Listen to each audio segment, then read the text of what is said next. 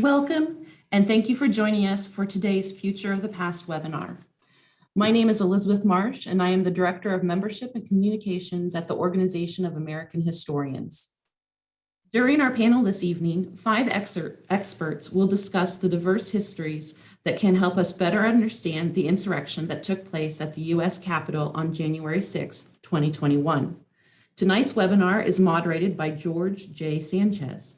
He is a professor of American Studies and Ethnicity and History at the University of Southern California, where he also directs the Center for Diversity and Democracy. He specializes in Latino history and the history of immigration to the United States. His latest book is Boyle Heights: How a Los Angeles Neighborhood Became the Future of American Democracy. He is also the immediate past president of the Organization of American Historians. Professor Sanchez, welcome, and thank you for organizing tonight's discussion. It's an honor to be here with you. I'm going to first introduce our 4 panelists, and then I'm going to open it up to them with a general question I'd like each of them to talk about. So let me introduce them first. Our first speaker is Anthea M. Hartig, who's the Elizabeth Mclean Director of the Smithsonian National Museum of American History. The first woman to hold that post, Hartig has set a vision for the museum to be the most accessible, inclusive, relevant, and sustainable public history institution possible. Having previously served as the Executive Director and CEO of the California Historical Society and the Director of the Western Region for the National Trust for Historic Preservation, she is also currently Vice President of the OAH. Our second speaker is Clarence Lang, who's the Susan Welch Dean of the College of the Liberal Arts and Professor of African American Studies at the Pennsylvania State University. An OAH Distinguished Lecturer, he specializes in African American urban, working class, and social movement history. Lang is the author of Black America in the Shadow of the 60s, Notes on the Civil Rights Movement, Neoliberalism in Politics, and Grassroots at the Gateway, a study of the Black freedom movement in St. Louis between the 1930s and the mid-1970s. Erica Lee is our third speaker, is a Regents Professor of History and Asian American Studies and the Director of the Immigration History Research Center at the University of Minnesota. The author of several award-winning books, including America for Americans, A History of Xenophobia in the United States, and The Making of Asian America. She is also the president-elect of the Organization of American Historians. And our fourth speaker tonight is Nancy Mclean, who's a professor of history and public policy at Duke University. Mclean is author of the New York Times bestseller, Democracy in Chains, The Deep History of the Radical Right's Stealth Plan for America, and Behind the Mask of Chivalry, The Making of the Second Ku Klux Klan. She's a frequent guest on The Readout with Joy Reid and Real Time with Bill Maurer. She is also the past president of the Labor and Working Class History Association. So to start us off, I have a question for each of our panelists. How should we place the various assaults on democracy that have occurred in the last year into an appropriate historical framework? In other words, how does your own study of US history contribute to our collective understanding of our current crisis of democracy in the United States? We'll start with Anthea. Oh, thank you so much, George. And it's an honor to be here with you and my esteemed panelists and all of our audience members and fellow historians and inquisitive souls from across the country. My frame is, of course, of kind of the material culture of our contested and complicated past, both what we've saved, what we have not saved, what we choose to collect, what we choose to honor, how we interpret it, how we place it into utility, ideally to create a more informed and a more just and compassionate future. So I'm fascinated how history is playing out right now. It's a verb, it's a judge, it's an arbiter, and it's in nearly kind of constant play in political and public forums, including today, when there was actually a historians panel in the halls of Congress themselves.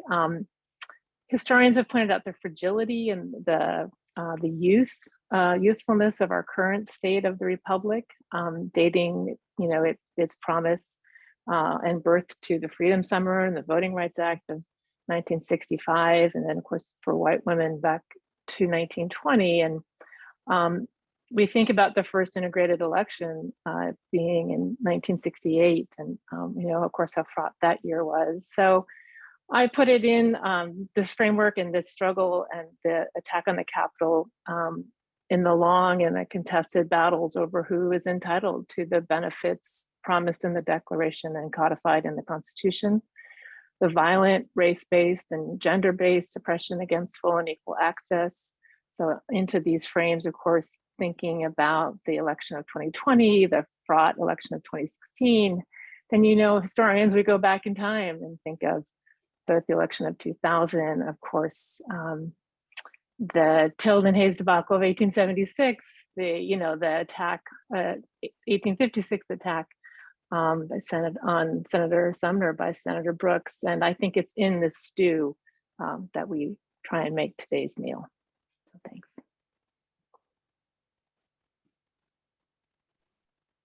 Clarence? Well, thank you, George, and let me echo my gratitude for being part of this panel. Looking forward to the conversation. So I would say to answer this question, the thing that's animated me as a scholar has really been the desire to understand some developments that have been occurring for about the last, I suppose at this point, 50 years. And what I think of is the flight of the federal government, or if you will, the state, capital T, capital S, from the public social welfare consensus that this nation erected between the New Deal of the 1930s and the Great Society of the 1960s. That's a really important piece of historical time for me. And indeed, what we've seen as part of that flight is a retreat from the idea of the public itself, let alone the public good.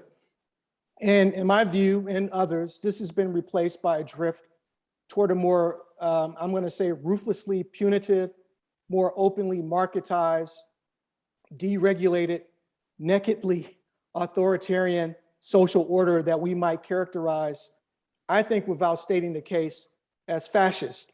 I think where we are right now, there were clear markers of this trajectory. It's not to say that this was inevitable, but I recall in 2016, before the election, writing in an essay, that the potential for fascism in the United States was more evident if we think about the nation's widespread economic inequalities and social polarization, which has rapidly eroded any semblance of a political center, a mounting crisis of governmental legitimacy, populist appeals to white racism, American nationalism, and xenophobia, in many cases issuing from putatively anti-establishment demagogues on a national stage. That was when Trump was a candidate and not yet president. And so I would argue that the siege on the nation's capital a year ago, that's an outcome of these long-term social developments. I think a continuing expression of white rage and resentment sparked by the presidency of Barack Obama. This is how you get a Trump presidency, but this is not to say that the Obama presidency was transformative. It's a different conversation. And an illustration, in my view, of the centrality of racism, certainly with an accent on anti-Black racism, in conditioning a widespread rejection of socioeconomic security, democratic freedoms, representative governance, and even if we think about the anti-vaccine movement, basic measures of health and safety, and I would indeed add to that even notions of the truth, which leave us at a very dangerous moment still as a republic and a society, especially as we approach the midterm elections. I'm really grateful to Anthea for mentioning 1877, 2000. That's part of the long march to where we are right now, but also the change in the voter laws at the state level after the midterm elections of 2010, which I remember very vividly being in the state of Kansas at the time, which was a laboratory of some of the things that we're seeing now writ large. So my history is more the 20th century as coming into this, but it certainly is consistent with some of the developments that we've seen since the tail end of the 19th century. And I look forward to further conversation on these points and others. Thank you. Erica. Thank you so much, George. Thanks for everyone at the OAH for helping to organize all of this, in many ways, a reprisal of a conversation that we began last, how many years ago? It was just last spring at the OAH, but I'm looking forward to the further insights. You know, I was drawn to an article that was published in the LA Times. I think it might have been today or yesterday, and it was titled, "How Will Future Historians Interpret January 6th?" And I'm always annoyed by these types of approaches because, of course, it ignores how current historians, all of us, and so many of our OAH members and others in the profession are doing that hard work of making sense of January 6th. We did it on January 6th, we did it on January 7th, and we will continue to do it in our classrooms, in our writing, and on our larger public engagement. So I just want to, you know, pause and take a moment to recognize the phenomenal work that that historians have been doing to help all of us make sense of not just January 6th, but of course, so many of the tumultuous events that we have experienced in recent years and many before that. So as an immigration historian, as a Nation Americanist, my approach to January 6th is directly tied to, as Clarence mentioned, the much longer history of racism, white supremacy, and xenophobia. Of course, because before we had Stop the Steal, we had Stop the Immigrants. And as I was thinking and watching and reading about the rhetoric, the ideology, the action that so many of the insurrectionists seem to believe in, it dawned on me that they were using, and that the former president and his allies were using, the same xenophobic playbook, one that identifies an enemy, demonizes them, you know, relies on older and now reanimated as if they had ever gone away, but the older early 20th century race, you know, blatantly racist, eugenicist, white supremacist notions of what we now call the great white replacement. You know, this idea that non-whites and immigrants in particular are a threat to democracy through their invasion of the United States, an unwelcome invasion, through their fertile reproduction, and through their illegal voting. That there has always been a very fine line between the demonization of immigrants and more largely people of color, and threats to democracy. And it also dawned on me that we in 2021 recognized the 100th anniversary of the 1921 Immigration Act, which then led to the 1924 Immigration Act, the beginning of the national origins quota system, a blatantly eugenicist and racist system that essentially closed the United States to immigration for 40 years.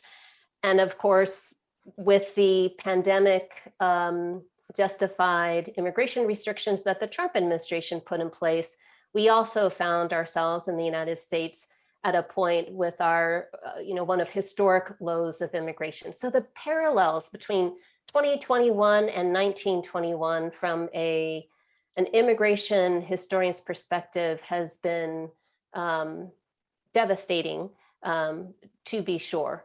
One which I think cleared away any preconceptions that had existed, that we had turned the corner, that the United States was definitely on some sort of arc towards openness and inclusion, that certainly has come to take place, but the resurgence, the reanimation, the evolution, the strength, the endurance of white supremacy has been powerful, astounding, powerful and astounding to contemplate, and again, quite terrifying. Erica, thank you so much. Nancy. Thank you, and it's an honor to speak after my wonderful colleagues from the OAH. And I want to just share my appreciation for this wonderful organization that has done so much to develop and promote good history, and to support teachers and museum professionals and others who are getting out the word, and documentary producers. I have one in the household.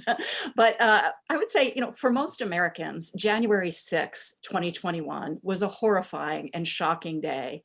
It was the first day in our country's history that the House of the People was violently attacked by people who wanted to overthrow the voice of the people in a legitimate election.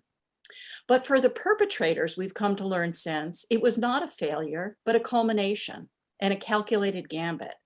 And even in failure, we're learning, a trial run for the overthrow of a legitimate election that could well succeed in 2024, thanks to laws being proposed and passed in states the former president won. So the stakes really could not be higher today as we mark these events, which I honestly hope our nation will come to think of as the equivalent of 9/11, as a hinge point in history. In my opening remarks, I want to put the preliminary findings of the House Select Committee to investigate the events of January 6th in historical context. Of course, that investigation is ongoing, but early briefings have identified 3 rings of activity of concern. First, a large, less complicit outer circle of avid MAGA voters who believed the big lie and turned into rioters. Second, a smaller number of committed white power insurrectionists. And third, an inner circle around the president and his advisors who strategized to overthrow the election, exploiting our federal system to achieve their ends. Each of these elements is the product of decades of intentional cultivation on the political right. And this is my area of study. So to highlight this history, I want to discuss these 3 circles in reverse order to indicate how intentional actors have endangered America. That small inner circle around the president that strategized to overthrow the election was the strange fruit of groundwork laid over decades now, with funding from some of the wealthiest figures in our country, above all, but not only, Charles Koch and the network of donors he has built, and the literally now hundreds of organizations they fund.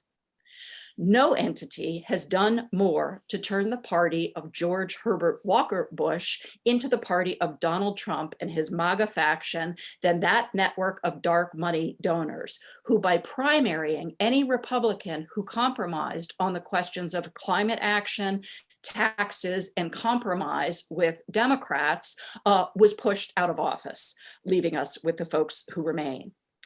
One of such donors' key organizations, in fact, we've learned, supplied the ideas that informed the attempt to overthrow the election results. This was the Federalist Society. It was the Federalist Society's chairman of the section on federalism and separation of powers, a man named John Eastman, who produced the constitutional fig leaf and strategy for the coup.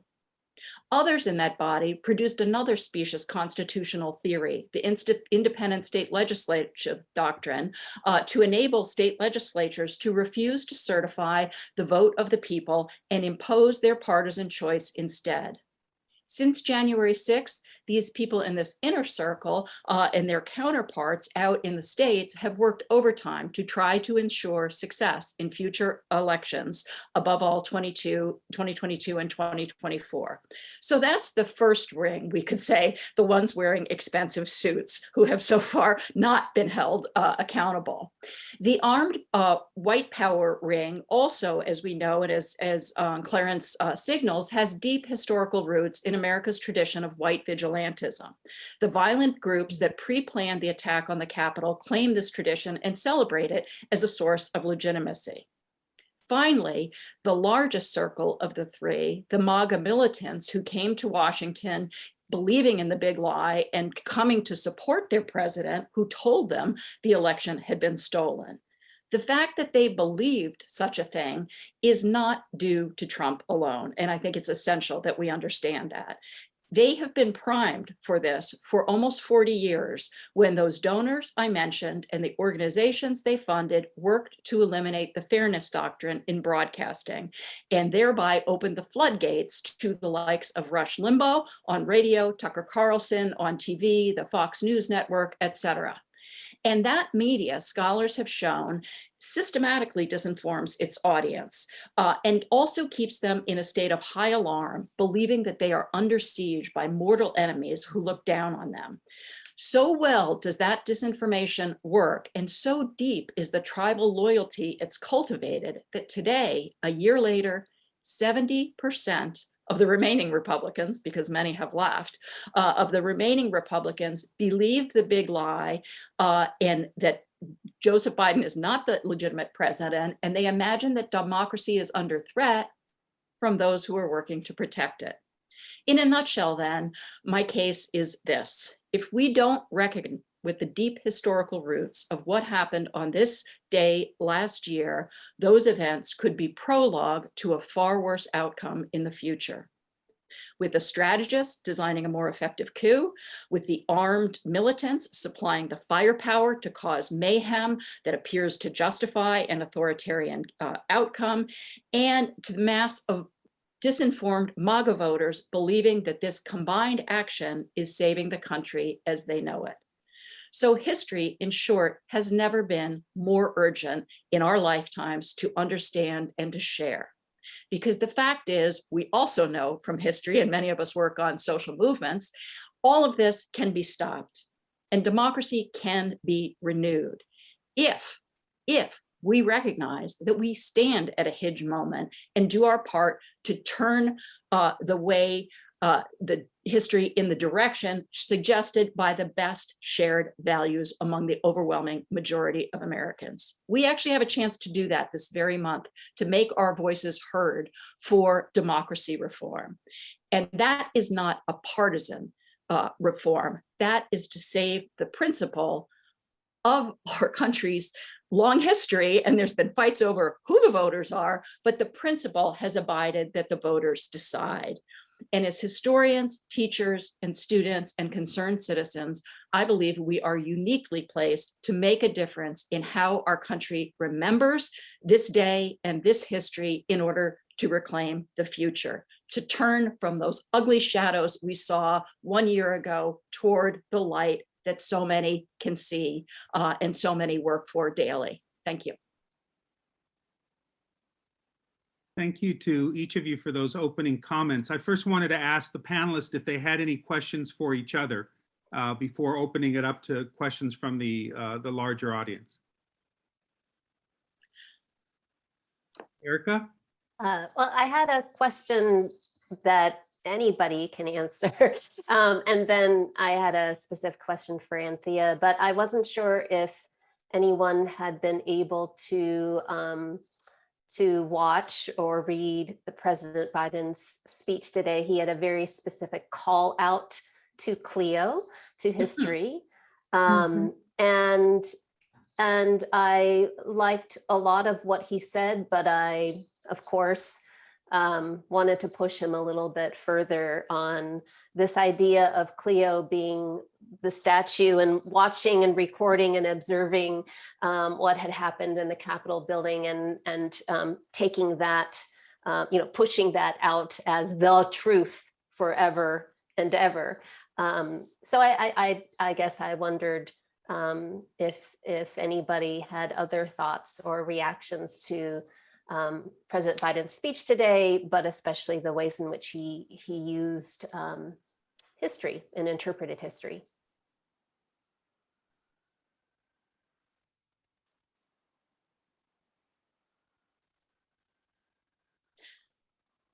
I was very pleased to see that, and it does invoke a kind of well, going back to the Greeks, right, with Cleo. But I think there was something powerful about that, and the way that he said, the evidence of your own eyes and what you saw as you watched the footage last year, and he kept returning to that theme, and I think that's very important for us because there's been a lot of noise since then. Many people are struggling with their own kids and bills and parents and pandemic and possibly lost loved ones and so much else that it's really important, I think, for us to go back and to watch those videos and to see that coverage and to just remember how we felt when we saw it, as we hear people like this Tucker Carlson trying to rewrite that history in a kind of Gone with the Wind vein to say that these people were patriots, who were reacting to an election that was stolen. And I think, the more that we can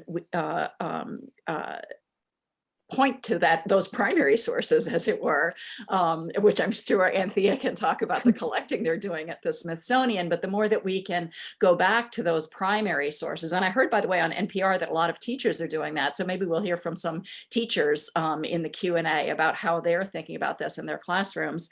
But the more that we can use those primary sources, the more I think we can help people to get their arms around this. But Nancy, I'll go back to sort of part of your concluding remarks. I mean, we are at I think a really, interesting is probably the mild way to put it. But when you can't agree on what the truth is and what the facts are, and B, can't agree on how we teach the past, or that part of the exploration of the past is about being critical. It is about being revisionist. In the right sense of that word, in terms of always going back to better understand the past based on the current situation. That's really a republic that's in danger. And it sounds melodramatic to put it that way, but I think we also have to be. I'll say this: that one of the things that if we're not careful, history can give us a sense of certitude, that we've been in bad situations before. And we find our way out of them because we're resilient, things bounce back. And I think we're at a moment where we have to trouble that assumption about history, that it gives us some certitude about the future, because we've seen societies come and go and transform in different kinds of ways. And let's put it this way: if this were a different society other than the United States, if we weren't so immersed in American exceptionalism, I think we would have no problem saying that this is a society that really is on the edge. And I'll just say it that way. I don't think that can be overstated at this particular moment. That's not an argument against anything that's been said, but just doubling down on how we think about using history, not to make us feel better in a sense, but to really heighten our sense of the multiple dangers that exist. Then that have had an impact on the trajectory of the nation, and then before it, what came before. Yeah, I thank you both. I think that's very wise, and thanks for the question, Erica. And maybe I can answer the part of that and then get into a bit of the work that we're doing. As I intimated in my opening thoughts, I'm fascinated by the way history has become. It's an animated statue. Cleo is very active these days. And as we know, she doesn't really do anything we do, historians do, people do. Two of my colleagues, Peter Manseau and John Grinspan, have an op-ed in the New York Times online today, and will come out in print on Sunday, that opens with this fictional unveiling of the new statue in the Capitol Rotunda of the MAGA shaman, and point to the honorific erasure of that happened with the erection of so many Confederate-based statues, both of secessionists, of murderers, never mind of segregationists, that occurred very quickly in kind of the lapses of time. And so the echoes of the Civil War, Reconstruction, that many historians are certainly feeling. But Clarence, to your point, I think that if we believe that United States history, knowing it, teaching it, sharing it, criticizing it, preserving it, can help continue the democratic experiment, right? Then, which is complicated and fraught, but still one of the longer running ones, then I think you're right. We have to embrace the fact that these have to be some of the most challenging times. And to how we approach it at the Smithsonian, I think one, all of our institutions, wherever we are, have to approach it with a certain amount of humility that we too are products, of our context and our times. But I think we're certainly approaching it as well as one that takes the broadest spectrum of understanding of the contours that helped to Nancy and to Clarence, to your and Erica's wonderful laying down of the topography of thought and the topography of hatred and the topography of racism and anti-immigrant, anti-woman trajectories that have shaped this landscape.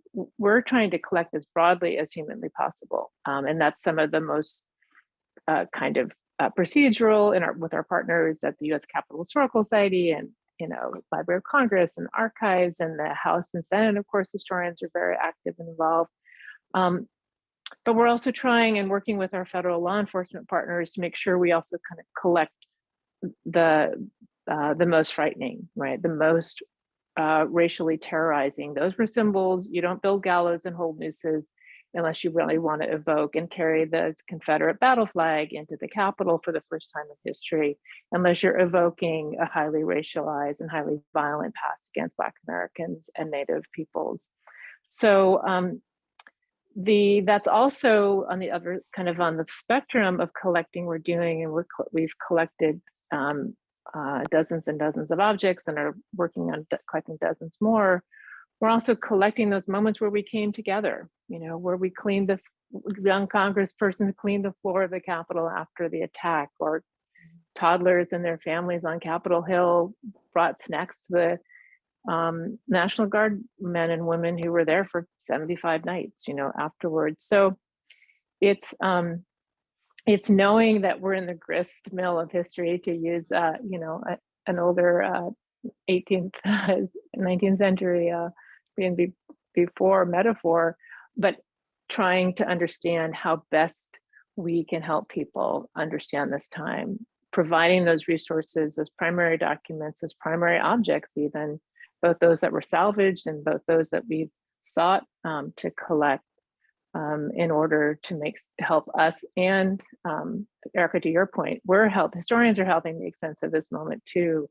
And then what can we do for future generations? So it's certainly fraught. Clarence, what do you think it does for, you mentioned American exceptionalism. What do you think it does for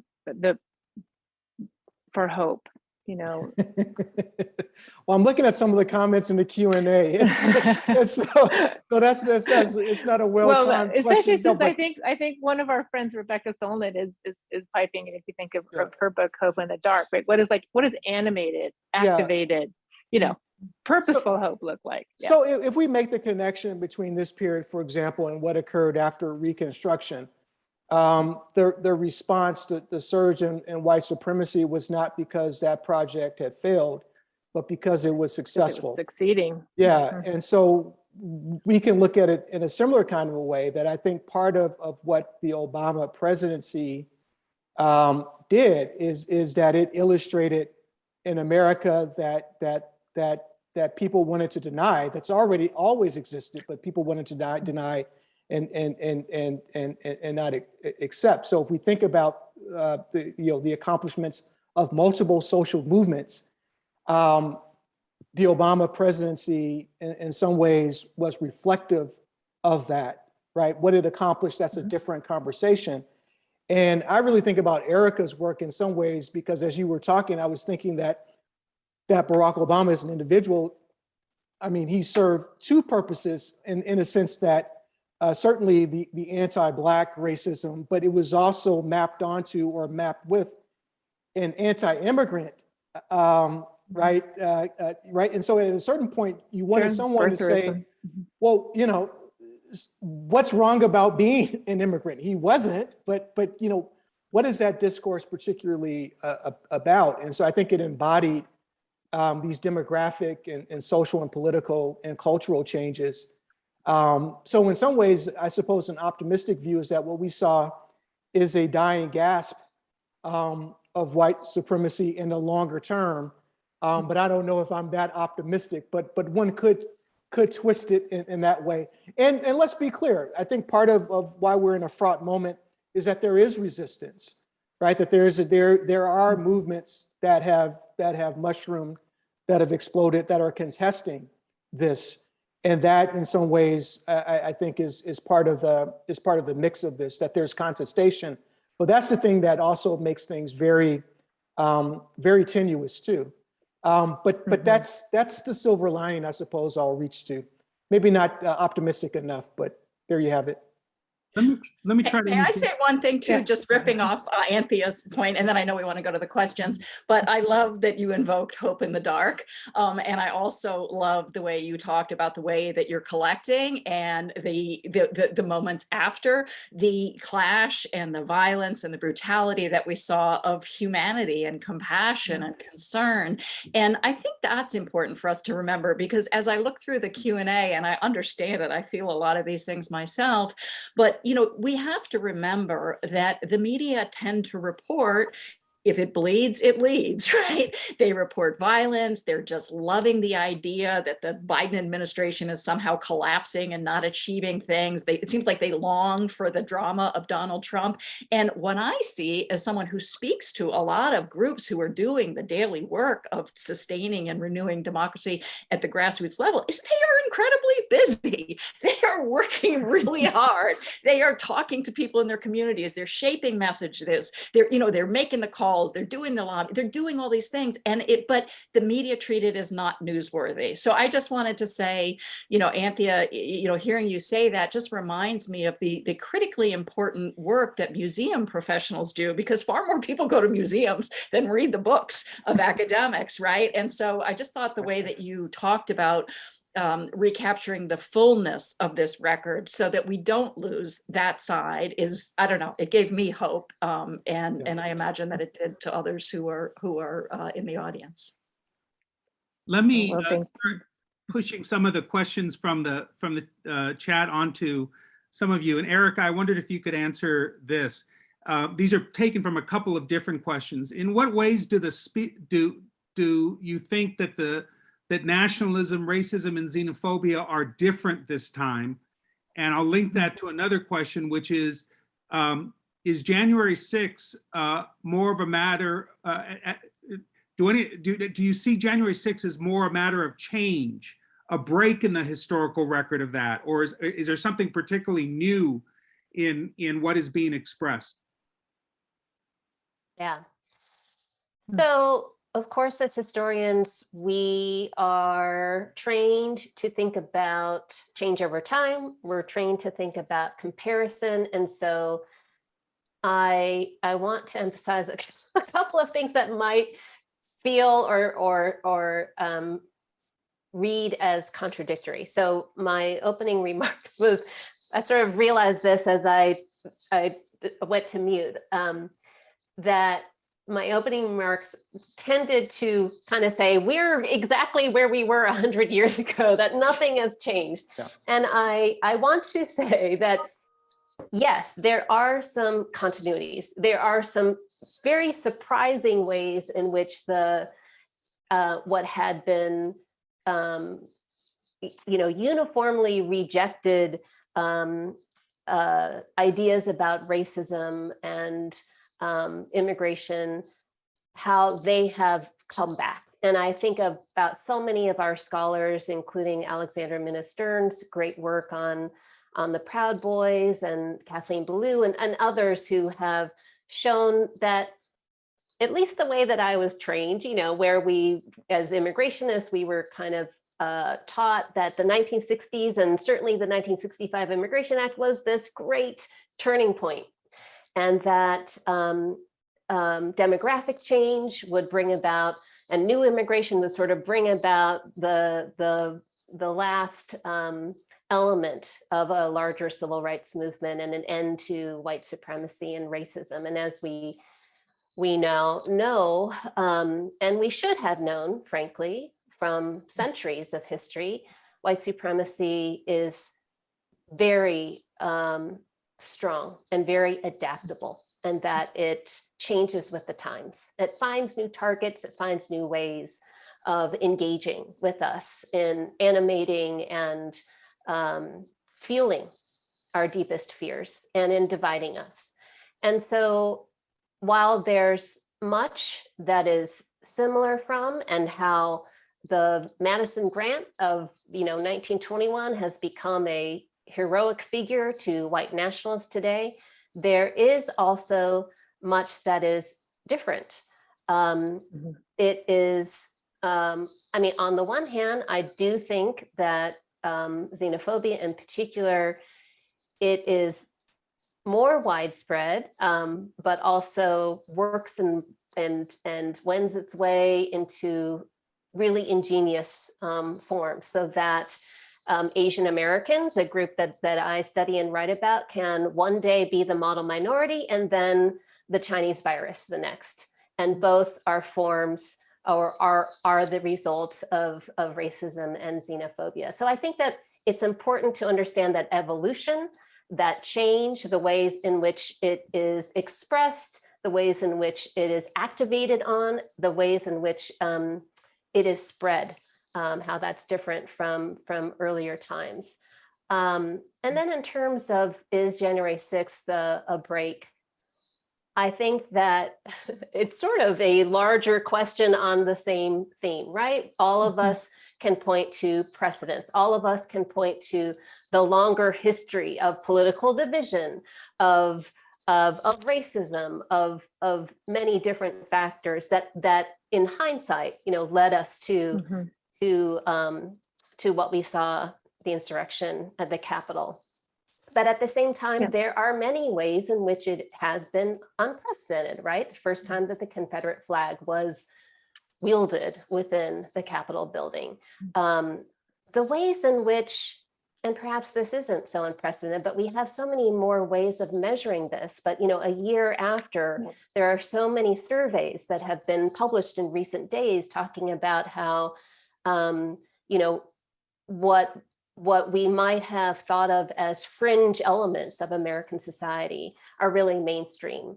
And I think that we should be looking back to post-Civil War and Reconstruction history to understand how those seemingly extreme ideas became mainstream, because that is the only way to understand the ways in which our celebration of the Confederacy in certain states came to be in the late 1900s and early 20th century. It had to develop out of a mainstreaming of the lost cause myth, right?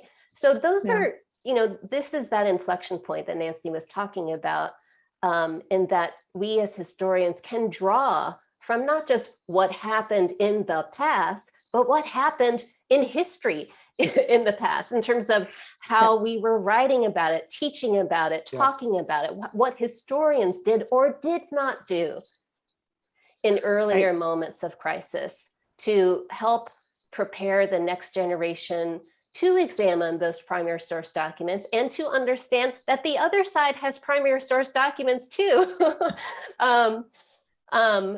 But to prepare the next generation to be able to assess the totality of the past with those critical learning skills that we do all the time in our classroom, but also, to Clarence's point, to understand what is at stake, to understand what's at stake, so that it's not just this static idea of history, but that history is turned into action, whatever form that may be, whether it's simply voting or it's becoming one of the frontline activists that Nancy's working with, or someone at the Smithsonian who is going out and doing an oral history and collecting, that there are many ways to act. This is where I think we have our work cut out for us, quite frankly. Clarence, let me Yeah. follow that up with a question for you, which focuses on, again, a couple of different questions, all that point to the post-Reconstruction period, that period between 1876 and 1932, as really being a reaction to progress. And so many of us as historians have lived through a time in which, and this is from Elizabeth Jameson's question, we saw the achievements of the 60s generation of the legal change as something that was more permanent. And instead we're seeing what might be seen as a turning back of many of the basic legislation of that period, the Voting Rights Act, things like that. Is that a way that we should be looking at that? Is that the way that we should be thinking our democracy is in peril right now, that we may be on the verge of turning back from a period that was about constructive change, but now in fact is in jeopardy? So this is in part, again, something that's motivated my own research as someone who came of age in the late 1980s and into the early 1990s with the 60s hanging over. And this is a moment where many of the gains of that period were being rolled back by Reagan, by George H.W. Bush. I'm going to add, right, Bill Clinton as well, if we think about that. So, and again, the point is that reaction or backlash, whatever you want to call it, was a response to successes in terms of quality of life, in terms of an expansion of the meanings of citizenship and democracy. So the short answer to that question is yes, I think that's what we're seeing. My argument is that we've been seeing that for a few decades now, and that has been, in many respects, bipartisan. So even if we think about the 2000 election, it really was resonant of the 1876, where the nation, in a sense, healed its wounds around the war at the expense of Black people as being part of the citizenry. There was a very similar thing, I would argue, that occurred in 2000, and there's blame to go around. Now, of course, I think to this earlier point, I mean, certainly one difference is that we've seen, as someone mentioned a moment ago, elements that in the 1960s would have been the fringe, right, have come to the center, and in fact have become the dominant tendency in at least one of our, no, let's not play around with this, in one of the major two political parties in this nation. So yes, we are in the midst of a rollback, I'm going to argue, of the 20th century, and many of the social policy gains that have been made, not just in terms of voting rights or civil rights, if you will, in that narrow sense, but in terms of the rights of people who earn a wage. Certainly, if we think about the war that's being waged on women's bodies right now, that's occurring. Immigration. If we think about, I mean, listen, part of the issue that we're in, if we think about just the bungled approach to managing the pandemic crisis, the idea that the federal state should intervene to even do this kind of work is something that has been put into disrepute. So not only politically do people not accept the idea that this is a role for government to play, to say you should be vaccinated, you should wear a mask, but in some ways we've even lost the organizational capacity to do some of this because that's been winnowed down if we think about the thrust of public policy to not just throw into disrepute the state, but in some ways to incapacitate it. So I think we've seen the progressivism of the late 19th century, early 20th centuries, the labor movement, the women's movement, the civil rights movement, and of course these things all overlap. We're in the midst of that occurring. There's a vigorous fight back to Anthea's point, hope in the dark, but there's definitely contestation. Yeah, I think that's well said. I want to interject, the echoes we hear, right,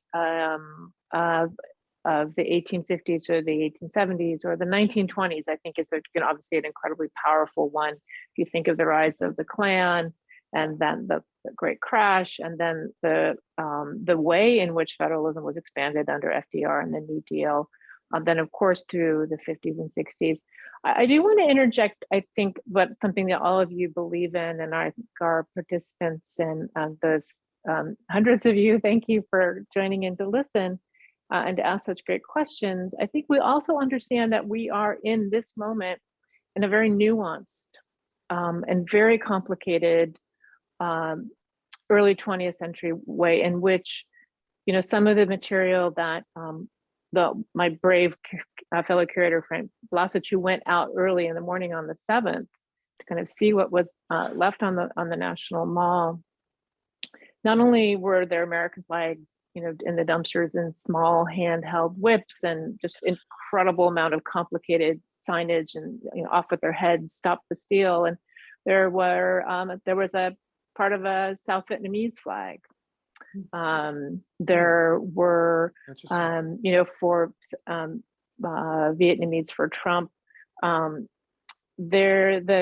We collected a flak jacket, a bulletproof vest from a young reporter and photojournalist who was stabbed by another woman. This is white woman on white woman violence, in that complicating the gendered landscape and the racialized landscape is also this sense to Nancy, to your point, of this incredible fear, right? They're screaming at this young journalist. She's taking her pictures. Well, she's a photojournalist and she has her tags and her, she looks like a journalist. And so the moment is both, I think, has, incredible reverberations for us as historians, but it's also very much kind of this time of the fact that the mostly white moms and rioters who attacked the Capitol look very different than the intersectional, very complicated, multiracial, mostly peaceful demonstrations after the murders of Mr. Floyd and Mr. Arbery and Ms. Taylor. And, after the incredibly cascading and milieu of crises that we've all lived through the last 2 years. So I do position it within this, highly complicated and a moment that would not have existed, could not have existed in the 1920s, really not even in the 1960s, because you and I wouldn't have been on this panel. And Erica wouldn't, right? None of us really would have been on a panel in 1920. Let's be honest. Okay. Actually, none of the five of us. None of us would have been. And how great is that, right? That we are at this time in which we can have honest, open conversations. And I think, if anything, what we're trying to do, and you're right, we are incredibly fortunate to welcome millions and millions of people into the museum and another 10 or 12 million online. That to prove that we can have and we can locate as close to a shared language as we can, that we can come into spaces in which civility has a chance, at least, right? Has a hope.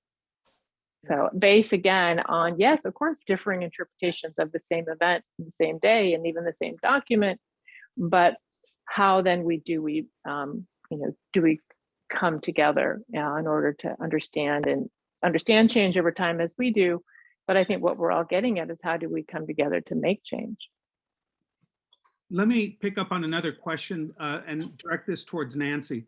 The question started with focusing on the third group that you had outlined in your opening statement, the MAGA supporters. And it asks, besides propaganda and widespread misinformation, many of these people are regular mainstream Americans who also came out to express their grievances and resentment over various social, cultural, and economic issues. How do we understand such underlying sentiment and their violent expression in the context of the profound contradiction of American democracy, people's sovereignty, and self-interest driven individualism?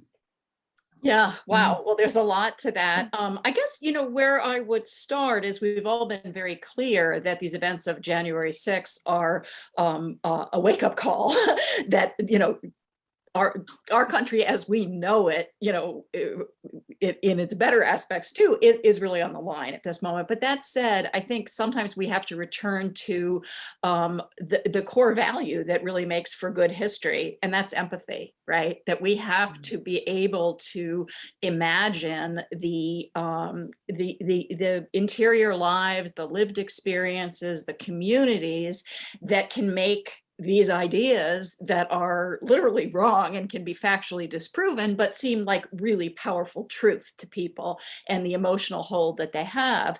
And, I do think, that it doesn't take away from the racism or the xenophobia or the, appeals to violence and the attacks on the media that were part of Trump's appeal, to realize also that he had particular strength in parts of the country where people really feel left behind, parts of the country that have been devastated by job losses, by community chains. And there's even people who don't believe this, but there are economists and other social scientists who have shown this. When we look at the Trump belt, I heard a public health scholar talk about this. It's also the opioid belt. Right?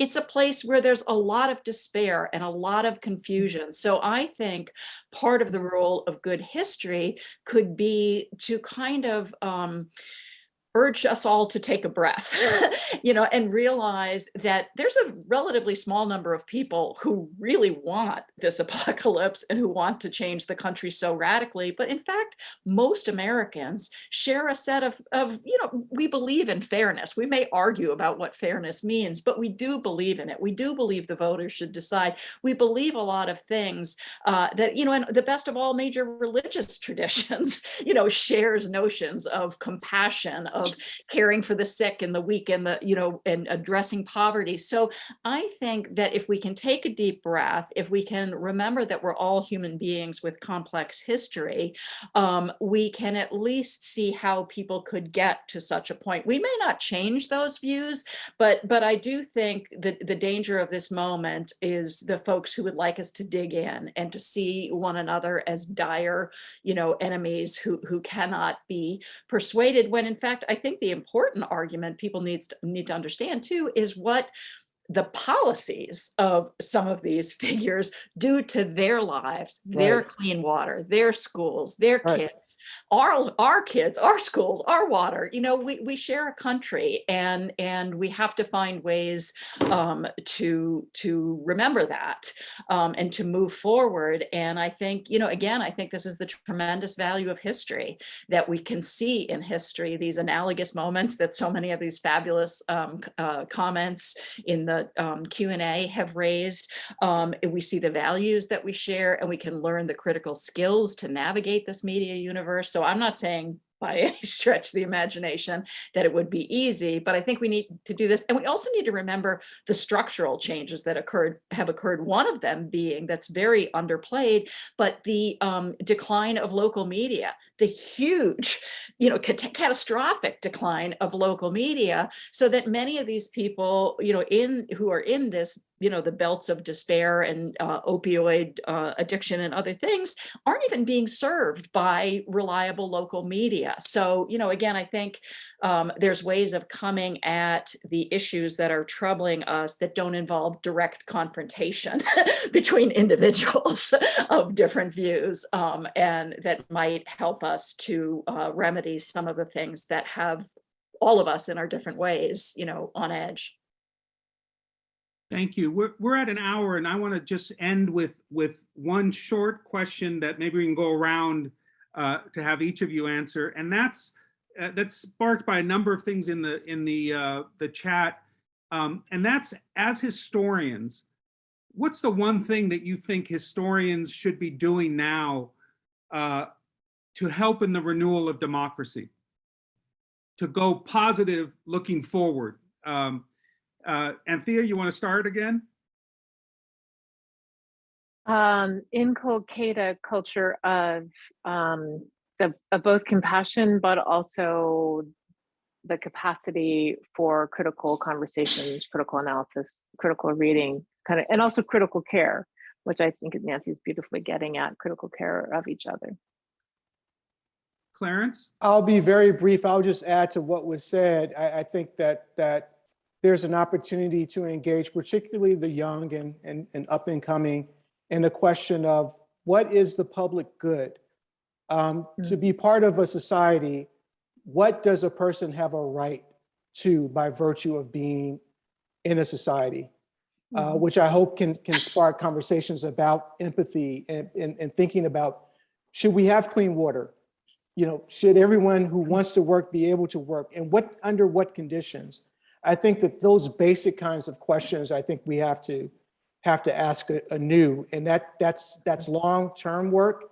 There are no quick outcomes to that, but I think that's a critical question to engage each other, but also engage folks who are growing up in a context where there really is no social contract other than prisons.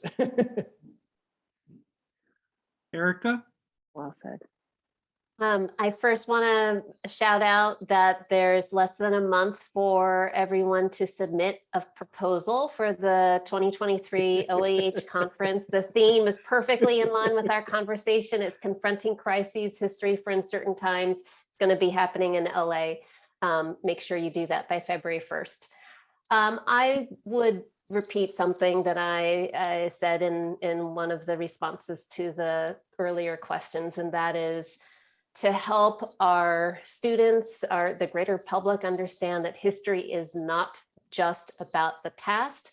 It's about understanding what's at stake today so that we can act for the benefit of our collective good.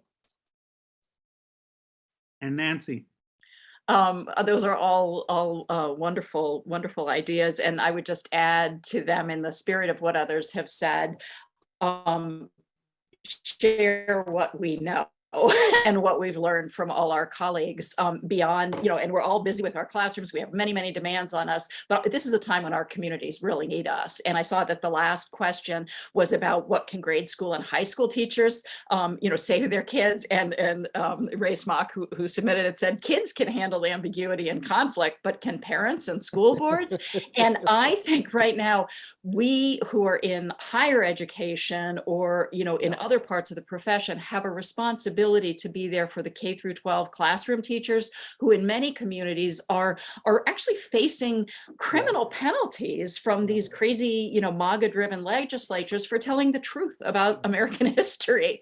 And they are desperate. I mean, I've talked to some of these teachers who said they feel like nobody's got their back. Wow. And so I want to say, before we go, I also want to give a shout out to the OAH and the AHA and all the other historical associations who are part of a recently created coalition called Learn from History. So to that question about what can grade school, middle school and high school teachers do, go to that website, Learn from History. They have downloadable materials, people in the community who are concerned about what's going on in these, attempts to spark history wars and stop, honest engagement with the past. Go there, get on their mailing list, download their materials, take them back to your community. And we have to, I think we have to cultivate the solidarity that we're in this together and that this is all of our history and that we all have ways of sharing it and communicating it. And really it's our lifeblood to charting a better future. Ditto. Again, thank you all for being such a wonderful panel, for such an insightful conversation. Thank you all of you for joining us today. Remember that the OAH is now regularly doing this in a lot of different contexts and doing it this kind of webinar on a regular basis. Thanks again and good night. Thank you, George. Thank you, everyone. Thanks to everyone. all Thank you, who came and George. stayed and submitted Yes, great thank you. questions. Good Stay night. well. Stay well, be Be well. safe, for sure.